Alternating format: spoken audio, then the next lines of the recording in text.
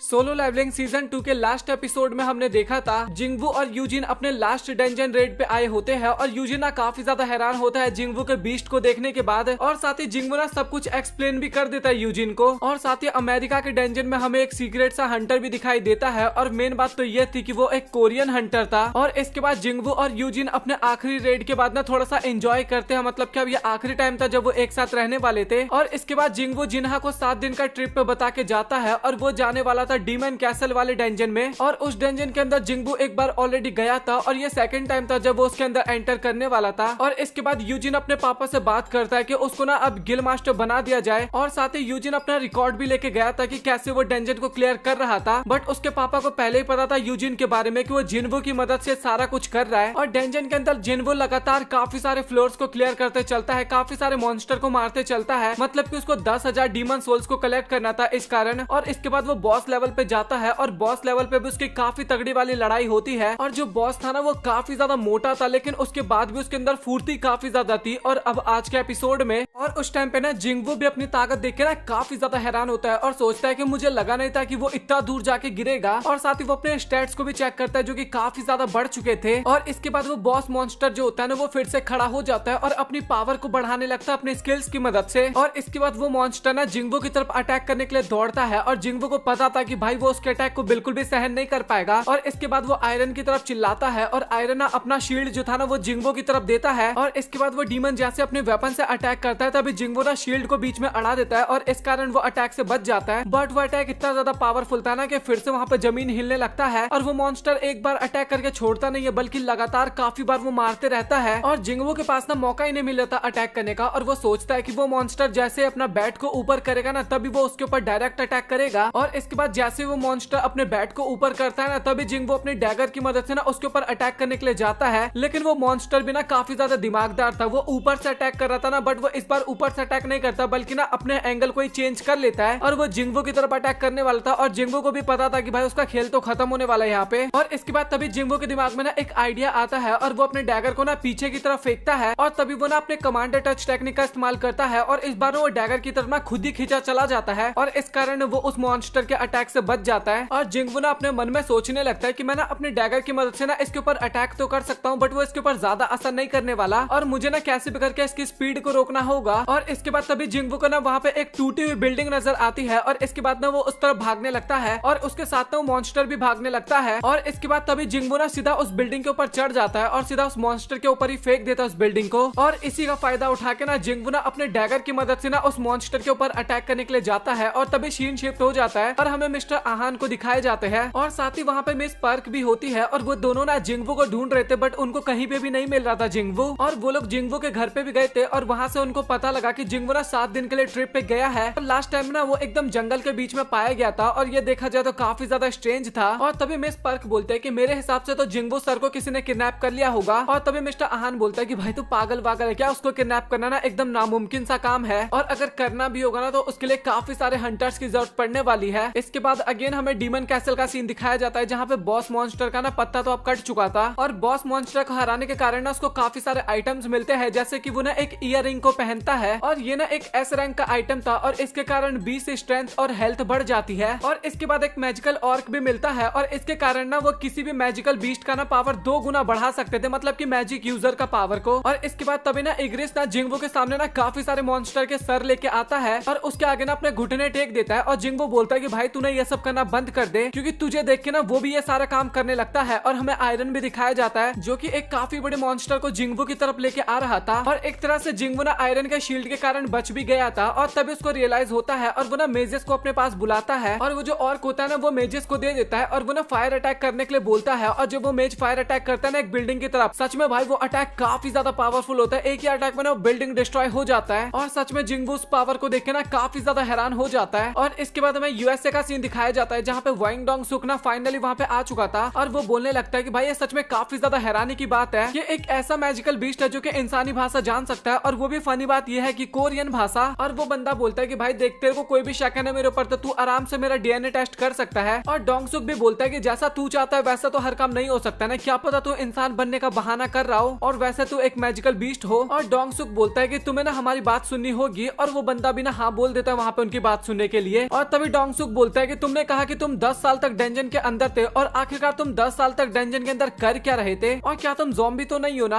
और वो बंदा वहाँ पे मना करता है और इसके बाद डोंगसुक बोलता है अच्छा तुम मुझे ये बताओ कि एक बंदा जो कि मारा जा चुका है डेंजन के अंदर तो क्या फिर वो वापस आ सकता है। और वो बंदा ना मना कर देता है कि ऐसा नहीं हो सकता। और इसके बाद तभी वो बंदा बोलता है कि अच्छा मुझे ये बताओ कि तुम्हें मैजिकल बीस्ट के बारे में कितना पता है। और डोंगसुक ना वहाँ पे चुप हो जाता है और तभी डोंगसुक बोलता है कि अच्छा तुम ये कहना चाह रहे हो कि तुम्हें हमसे ज्यादा पता है मैजिकल बीस्ट के बारे में। और इसके बाद तभी वो बंदा बोलने लगता है कि डेंजन्स गेट और मैजिकल बीस्ट ये सभी ना एक प्लान का पार्ट है और अभी हाल फिलहाल में ना कुछ काफी खतरनाक लोग अपनी गहरी नींद से जाग चुके हैं और वो ना इस दुनिया को काफी आसानी से डिस्ट्रॉय कर देंगे। और डोंगसुक बोलता है कि भाई तू कहना क्या चाहता है और आखिरकार कौन हमारी दुनिया को खत्म कर देगा। और वो बंदा ना ये सब चीजें बताने से ना मना कर देता है। और तभी डोंगसुक बोलता है कि अच्छा तुम हमें यहाँ पे बचाने के लिए आए हो बट तुम ये नहीं बताओगे कि आखिरकार तुम हमें किस चीज से बचाओगे। और तुम्हें पता है ना कि यहाँ पे काफी सारे खतरनाक हंटर्स है। और तभी वो बंदा बोलता है कि वो सभी हंटर्स ना उसके आगे कुछ भी नहीं है। और सच बताओ ना तो तुझे मेरी बात सुननी चाहिए क्योंकि तू काफी ज्यादा पावरफुल है। और इसके बाद डोंगसुक ना उस बंदे की प्रोफाइल को चेक करने लगता है और इस बंदे का नाम ना संग इल वॉल होता है। और डोंगसुक को ना वहाँ पे एक चीज समझ में नहीं आती कि ये बंदा 10 साल तक डेंजन के अंदर था लेकिन उसके बाद भी आखिरकार इसकी उम्र क्यों नहीं बढ़ी। और डोंगसुक बोलता है कि वैसे तेरा एक्सपीरियंस देख के इतना तो पता लगता है कि भाई तू काफी बढ़िया बंदा है और अगर तू एक हंटर होता ना तो अभी तू काफी ज्यादा रिच भी होता। और इसके बाद डोंगसुक ना जैसे उनके बच्चों का नाम देखता है ना लिटरली भाई काफी ज्यादा हैरान हो जाता है। और तभी डोंगसुक बोलता है कि क्या तुझे तेरी बेटी का नाम याद है। और तभी वो बंदा बोलता है कि मेरी बेटी का नाम संग जिन्हा है। और इसके बाद डोंगसुक उसके बेटे का नाम पूछता है और ये तो आपको पता ही होगा जिसका नाम होता है सांग जिंगवू। तो आप लोगों को पता चल गया होगा कि ये बंदा कौन है। हाँ हमारे मेन कैरेक्टर का पिताजी है ये। और ये भाई बहुत फाड़ू कैरेक्टर है आगे जाके आपको अच्छे से पता लगेगा। और इसके बाद डोंगसुक ना वहाँ पे स्माइल करता है और वो बंदा बोलता है कि आखिरकार क्या हुआ। और तभी डोंगसुक बोलता है कि मैंने तुझे पहले ही बोला था ना कि मैं सवाल पूछूंगा और तू केवल जवाब देगा। और इसके बाद वो बंदा जो होता है ना वो भी अपनी पावर्स को ना काफी ज्यादा रिलीज करने लगता है मतलब कि और वो बंदा बोलता है कि मुझे ना अभी कभी जवाब चाहिए और अगर तू मुझे नहीं बताया ना क्या हुआ तो मैं तुझे तब तक मारूंगा जब तक तू अपने आप ही सब कुछ ना उगल दे। और इसके बाद डोंगसुक ना सभी को बता देता है कि ये ना एक मैजिकल बीस्ट है और वो ना सभी को वहाँ से निकलने के लिए बोलता है क्योंकि काफी जल्दी अटैक करने वाला है। और इसके बाद डोंगसुक बोलता है कि मैं ना तेरे बेटे से मिलने के लिए कोरिया गया था और मुझे वहाँ पे पता लगा वो तो टैब बोल चुका है। और ये सुन के ना डैड काफी ज्यादा हैरान हो जाते हैं और डोंगसुक बोलता है कि लगता है मुझे तुझे भी वहीं पे भेजना होगा। और इसके बाद अगेन हमें डीमन कैसल का सीन दिखाया जाता है और जिंगवू ना अगले फ्लोर पे आ चुका था और वहाँ पे ना काफी सारी अनडेड आर्मी थी और साथ ही उनका कैप्टन भी था। और इसके बाद जिंगवू भी अपनी शैडो आर्मी को बुलाता है और इसके बाद अगेन वहाँ पे दोनों आर्मी के बीच में बैटल स्टार्ट हो जाती है। और जिंगवू की जो शैडो आर्मी थी ना वो अनडेड आर्मी के आगे ना काफी ज्यादा पावरफुल थी। और ये चीज देखने के बाद ना अनडेड आर्मी काफी ज्यादा हैरान हो जाता है मतलब कि उनका कैप्टन काफी ज्यादा हैरान हो जाता है। और तभी जिंगवू बोलता है कि क्या हुआ तुझे क्या लगा था हम काफी ज्यादा कमजोर है और चल फिर अब मैं तेरा भी काम खत्म कर देता हूँ। और इसके बाद वो डैगर लेके ना सीधा उस बंदे की तरफ जाता है मतलब कि कैप्टन की तरफ और वो उस मॉन्स्टर के बॉस को ना सिर्फ एक ही अटैक में वहाँ पे खत्म कर देता है। और इसके बाद अगेन वहाँ पे जिंगवू को ना काफी ज्यादा रिवॉर्ड मिलता है और जिनमें ना 2 लेवल अप होता है और ये काफी ज्यादा बढ़िया चीज था। और जिंगवू ने ना वहाँ पे काफी सारे अनडेड को मारा था और एकदम पहाड़ खड़ा हो गया था और वो ना वहीं पे बैठ जाता है और वो चाहता था कि ना वो यहाँ पे ना किसी को ना एक्सट्रैक्ट कर ले मतलब कि अपनी शैडो आर्मी का पार्ट बना ले बट वो ऐसा नहीं कर पा रहा था। और जिंगवू को ना समझ में नहीं आता कि आखिरकार वो शैडो को एक्सट्रैक्ट क्यों नहीं कर पा रहा। और तभी जिंगवू को ना डीमन मोनार्च का ना एक नेकलेस मिलता है और उसको एक्टिवेट करने के लिए ना जिंगवू को ईयर रिंग भी पहनना था। और इसके बाद जिंगवू ना ईयर रिंग भी पहनता है और नेकलेस भी पहनता है और इसके बाद ना दोनों चीजें ना एक्टिवेट हो जाती है वहाँ पे। और वहाँ पे ना एक स्पॉट और खाली था और ये दोनों चीज ना बॉस लेवल पे ही मिला था और जिंगवू को पता चल जाता है कि उसको ना एक और बॉस को हराना होगा इसके बाद। और जिंगवू सोच रहा था कि अगर उसको ना इन तीनों को कंप्लीट करना है तो एक और बॉस को हराना होगा बट एक तरह से देखा जाए तो उसने तो इस डेंजन को ऑलरेडी क्लियर कर दिया मतलब कि 10,000 डीमन सोल्स कलेक्ट करने थे ना वो उसने कर दिया है। और जिंगवू भी सोचने लगता है कि मुझे नहीं लगता कि मैं और भी ऊपर जा सकता हूँ मतलब कि और भी लोगों को हरा सकता हूँ। वो अपने लिमिट तक पहुंच गया था एक तरह से। और इसके बाद उसको काफी सारे आइटम्स फिर से मिलने लगते हैं और इसके बाद जिंगवू ना अपना पहला रिवॉर्ड को एक्सेप्ट करता है और उसका ना आइटम शॉप जो होता है ना वो ओपन हो जाता है। और जिंगवू सोचता है कि क्या मुझे कोई महंगा आइटम लेना चाहिए, ये ना उसके लड़ाई में भी काफी ज्यादा काम आने वाला था बट डेंजन के अंदर ना उसको काफी सारे आइटम्स मिलते रहते हैं और साथ ही ये शॉप भी ना बार बार अपग्रेड होने लगता है। और जिंगवू ना काफी बड़ी सोच में पड़ जाता है इसके बाद। और काफी सोचने के बाद ना जिंगवू ना एक लूट बॉक्स चुनता है। ये कर्स लूट बॉक्स होता है और ये लूट बॉक्स ना 2 प्रकार के होते हैं। एक बार और जिंगवू को इससे पहले मिला था और उसने दोबारा ट्राई किया था इस चीज को लेने का बट वो नहीं ले पाया था और अगेन इसको इस बार मौका मिला लेने का। और पहले लूट बॉक्स में ना उसको डीमन कैसल की चाबी मिली थी और इसके बाद फाइनली जिंगवू ना उस बॉक्स को खोलता है और लिटरली वहाँ पे एक और चाबी मिलती है उसे और उस चाबी का ना वहाँ पे कोई भी इंफॉर्मेशन नहीं था। और इसके बाद उस चाबी को ना वो अपने इन्वेंट्री में रख देता है और इसके बाद वो दूसरे रिवॉर्ड को एक्सेप्ट करता है और उसके स्टेट्स ना 20+ हो जाते हैं। और इसके बाद वो थर्ड रिवॉर्ड को चूज करता है और इसके बाद अचानक से ना एक पेपर की तरह कुछ आ जाता है जिंगवू के सामने और इसका नाम हॉली वाटर ऑफ लाइफ था। और इसके बाद हमें अगेन यूएसए का हंटर एसोसिएशन का बिल्डिंग दिखाया जाता है जहाँ पे भाई काफी तगड़ी वाली आग लगी हुई थी। यहाँ पे हमें पता लगता है कि दो हंटर काफी पावरफुल हंटर ना एक दूसरे के साथ बैटल कर रहे थे और इस कारण इस बिल्डिंग की ऐसी हालत हो गई थी और एक इंसान की हालत ना काफी ज्यादा खराब थी वहाँ पे और वो बंदा और कोई नहीं वांग डोंग सुक होता है। और लिटरली ये चीज एकदम ऑब्वियस भी था देखा जाए तो। और जिंगवू के डैड कितने ज्यादा पावरफुल है ये चीजें आपको पता होगी अगर आपने काफी आगे का मांगा पढ़ रखा होगा तो। और इसके बाद ना हमें जिंगवू की मदर का सीन दिखाया जाता है और जिंगवू ने वहाँ पे अपनी मदर से मिलने के लिए आया था। और गाइज एक शॉर्ट सा इन्फॉर्मेशन मुझे आप लोगों को देना था। डिस्क्रिप्शन में ना आपको दो चैनल के लिंक मिलेंगे, वो दोनों चैनल मेरे ही है और दोनों चैनल पे ना मैं ऑन गोइंग जो एनिमेज होता है ना मैं उनको एक्सप्लेन करता हूँ। तो आप सभी से रिक्वेस्ट है कि एक बार प्लीज आप चैनल को चेकआउट कर लेना और अगर आपको वो वीडियो पसंद आए तो वीडियो को लाइक करके चैनल को सब्सक्राइब भी कर लेना क्योंकि उस चैनल पे ना मैं काफी डिफरेंट तरह के ना काफी सारे एनिमेज को एक्सप्लेन करता हूँ और दोनों पे ना ऑन गोइंग एनिमे होने वाले हैं, दोनों पे डिफरेंट एनिमे होने वाले हैं। तो प्लीज आप एक बार चेकआउट कर लेना और जो भी आपका फेवरेट एनिमे हो कमेंट सेक्शन में बता देना और रिक्वेस्ट है कि चैनल को सब्सक्राइब आप लोग कर ही लेना। तो अब टॉपिक पे आते हैं और इसके बाद जिंगवू ना वही आइटम को बाहर निकालता है, मतलब कि वही हॉली वाटर वाला और साथ ही ये ना एस रैंक का होता है और लिटरली इस चीज की मदद से ना किसी भी बीमारी को ना चंद मिनटों में ना ठीक किया जा सकता था। जिंगवू सोचता है कि इस हॉली वाटर की वजह से मैं अपनी मदर की लाइफ को ठीक कर सकता हूँ, बट प्रॉब्लम की बात ये थी कि इसको बनाने में ना 3 आइटम की जरूरत पड़ने वाली थी। पहला था वर्ल्ड ट्री का फ्रेगमेंट और वो तो जिंगवू को मिल चुका था और दूसरा था स्प्रिंग वाटर जो कि अनडेड आर्मी के बॉस को मारने के बाद मिला था और लास्ट आइटम था purified blood of the demon king. और जिंगवू सोचता है कि शायद ये ना डीमन कैसल का ना फाइनल बॉस हो सकता है और जिंगवू अपने मनी मन सोचता है कि एक हफ्ते के अंदर ना उसका लेवल काफी ज्यादा अप हो गया और वो एक ऐसे रैंक हंटर से भी ज्यादा पावरफुल बन चुका है और वो बोलता है कि मदर आप बस थोड़ा टाइम और वेट करो बस। और इसके बाद हमें कोरिया हंटर एसोसिएशन का सीन दिखाया जाता है और जो बंदे थे ना वो न्यूज में देख रहे थे अभी यूएसए में जो घटना घटी थी ना उसी चीज के बारे में और तभी ना वहाँ पे एक बंदा आता है और वो ना हंटर का एग्जाम ना दोबारा देना चाहता था और स्टार्टिंग में तो सभी लोग ना उसको इग्नोर कर रहे थे, बट वो जैसे ही एप्लीकेशन पे उसका नाम देखते ना बंदे का, भाई सभी लोग एकदम दंग रह जाते हैं। और इसके बाद वो बंदा ना तुरंत बा क्यूनहो के पास कॉल लगाता है और वो बोलता है कि आपने रिसेंटली जिस हंटर के बारे में हमें बताया था वो यहीं पे है और वो ना हंटर का एग्जाम ना दोबारा देना चाहता है। और जिंगवू अपने रैंक को बढ़ाने के लिए ना हंटर का एग्जाम ना दोबारा देना चाहता था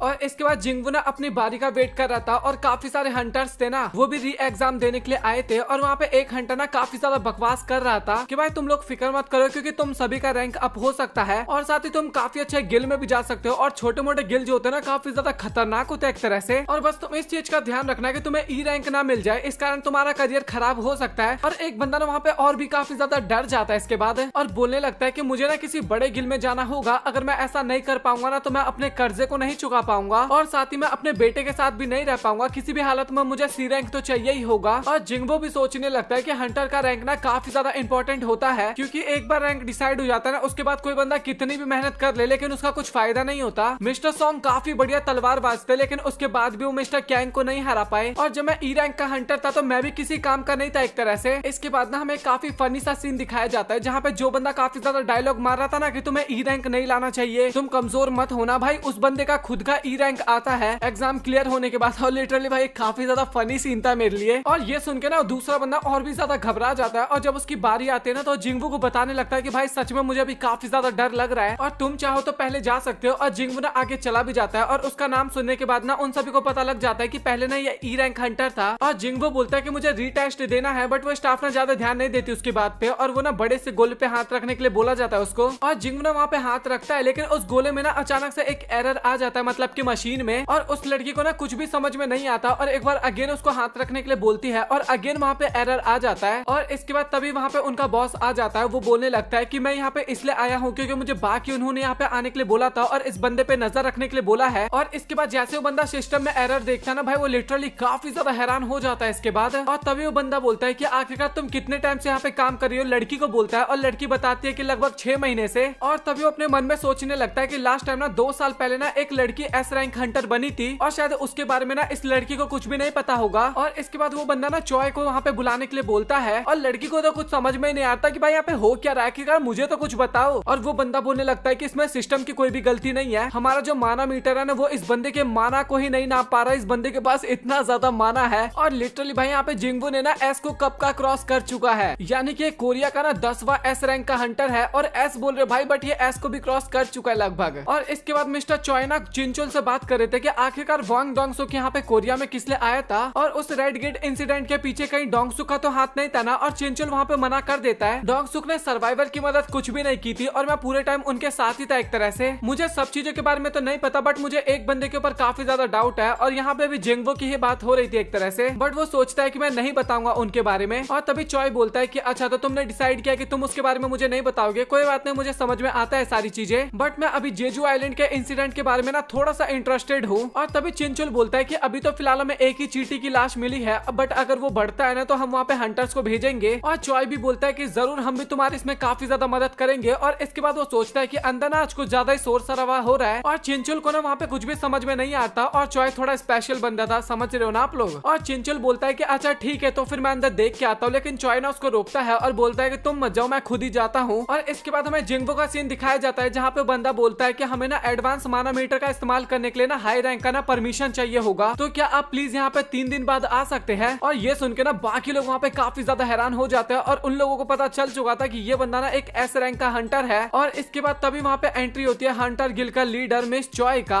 और इसके बाद चॉय अंदर आता है और चॉय को देखने के बाद ना सभी लोग वहाँ पे काफी ज्यादा हैरान हो जाते हैं और उनको समझ में नहीं आता कि आखिरकार चॉय यहाँ पे क्यों आए हैं। और जिंगवो चॉय को देखने के बाद सोचता है कि अच्छा ये है चॉय और मैंने सुना है कि ये फायर मैजिक एक्सपर्ट है और साथ ही काफी ज्यादा पावरफुल भी है। और जैसे चिंचुल को पता लगता है ना कि जिंगवो एस रैंक का हंटर बन चुका, भाई लिटरली वो काफी ज्यादा हैरान होता है इस बात पे। और तभी चॉय बोलता है कि कोरिया का 10वां एस रैंक हंटर ये है और ये एस रैंक हंटर है या फिर नहीं, मीटर से देखने की तो कोई जरूरत ही नहीं पड़ रही है एक तरह से, इसके ऑरा से ही पता लगता है कि सच में काफी ज्यादा पावरफुल है। और तभी चॉय बताता है कि मेरा नाम चॉय है और मैं हंटर गिल का लीडर हूँ और अगर आप किसी गिल में नहीं है तो क्या हम थोड़ी देर बात कर सकते हैं। जिन्वो बोलता है कि मुझे माफ करना बट मेरे पास अभी बिल्कुल भी टाइम नहीं है। और भाई ये बात सुनने के बाद ना सभी लोग वहाँ पे काफी ज्यादा हैरान हो जाते हैं और जिन्वो सोचता है कि अभी 3 दिन है मेरे टेस्ट के लिए और इन 3 दिन में ना मैं काफी कुछ कर सकता हूँ। और सबसे पहले तो मुझे उस डंजन को क्लियर करना होगा, मतलब कि डीमन कैसल वाले को, और उस पोशन को कंप्लीट करना होगा। और जिन्वो के जाने के बाद ना चॉय बोलते हैं चिंचुल को कि मैंने कुछ गलत बोल दिया था क्या, और मुझे ना और भी ज्यादा ट्राई करना चाहिए था। और मुझे सच में उसको देख के तो फील हो रहा है कि वो काफी ज्यादा काबिल है और हमें ना उसको अपने टीम में रिक्रूट करना होगा। इससे हमारे पास 3 एस रैंक हंटर हो जाएंगे और सच में हम काफी ज्यादा पावरफुल इसके बाद हो जाएंगे। और तभी वहाँ पे अचानक से ना बाक युनहू आता है और बाक युनहू चॉय को देखता है और चॉय बाक युनहू को देखता है और चॉय सोचता है कि व्हाइट टाइगर गिल तो काफी ज्यादा दूर है और वो यहाँ पे हाफता हुआ आया है, मतलब कि वो काफी जल्दबाजी में यहाँ पे आया है, मतलब कि इसको जिन्वो के बारे में सब कुछ पता था और रेड गेट की जो भी बातें थी वो सारी इसका मतलब सच है, वो जिन्वो ही बंदा था सीक्रेट हंटर। और वैसे तो उसे देखते ही मुझे पता चल गया था। और इसके बाद जिन्वो ना अगेन डीमन कैसल वाले डेंजर में जाने वाला था और उससे पहले वो अपनी मदर से मिलने के लिए आया था और उसकी मदर को जो बीमारी था ना वो डेंजन ओपन होने के बाद हुआ। और इस बीमारी के अंदर ना केवल इंसान सोते ही रहता है, कभी जागता ही नहीं है। और अभी जिन्वो के पास ना एक मौका था अपनी मदर को बचाने का और वो जा रहा होता है, लेकिन तभी वहाँ पे चिंचुल आ जाता है और तभी चिंचुल वहाँ पे बोलता है कि डबल डेंजन के दौरान आप ही ने उन सभी बीस्ट को मारा था ना, और मुझे ऐसा लगता था कि मेरी आंखें अच्छी है बट आपने मुझे गलत साबित कर दिया वहाँ पे भी। और तभी जिंगवो बोलता है कि मुझे लगता है ना कि हम दोनों कुछ ज्यादा ही मिलते हैं। और चिंचुल भी बोलता है कि मेरा काम भी ना हंटरों के ऊपर नजर रखने का है और मैं वही कर रहा हूँ, और सच बताऊँ तो मैं तुम्हारे आगे कुछ भी नहीं कर सकता क्योंकि तुम एस रैंक के हंटर हो। और तभी वो बोलता है कि मैं ना आपसे किसी को मिलवाना चाहता हूँ हंटर एसोसिएशन के चेयरमैन से, और वो ना खुद ही आपसे मिलना चाहते हैं एक तरह से। और चेयरमैन से मिलने के बाद ना चेयरमैन सबसे पहले अपना इंट्रोडक्शन देता है और जिन्वो बिना वहाँ पे चुपचाप बैठ जाता है। और जिन्वो को ना चेयरमैन का ऑरा ना एकदम साफ नजर आ रहा था। उनकी एज ना 80 साल थी, लेकिन उसके बाद भी भाई काफी ज्यादा दमदार लग रहे थे देखने में, मतलब कि ऑरा से भी फील हो रहा था एक तरह से। और सबसे मजेदार बात तो ये थी कि भाई चेयरमैन भी एस रैंक का हंटर था, कोई खैरात में नहीं मिली थी उसको चेयरमैन की पोस्ट। और चेयरमैन भी उसको बधाइयां देता है एस रैंक का हंटर बनने के लिए। और जिन्वो बोलता है कि अभी तक तो मैं बना ही नहीं क्योंकि मैंने टेस्ट तो दिया ही नहीं है। और चेयरमैन बोलता है कि ज्यादा टेस्ट ना मैटर नहीं करता तुम्हारे लिए, और मशीन ना कभी भी एस रैंक के हंटर को नाप ही नहीं सकता,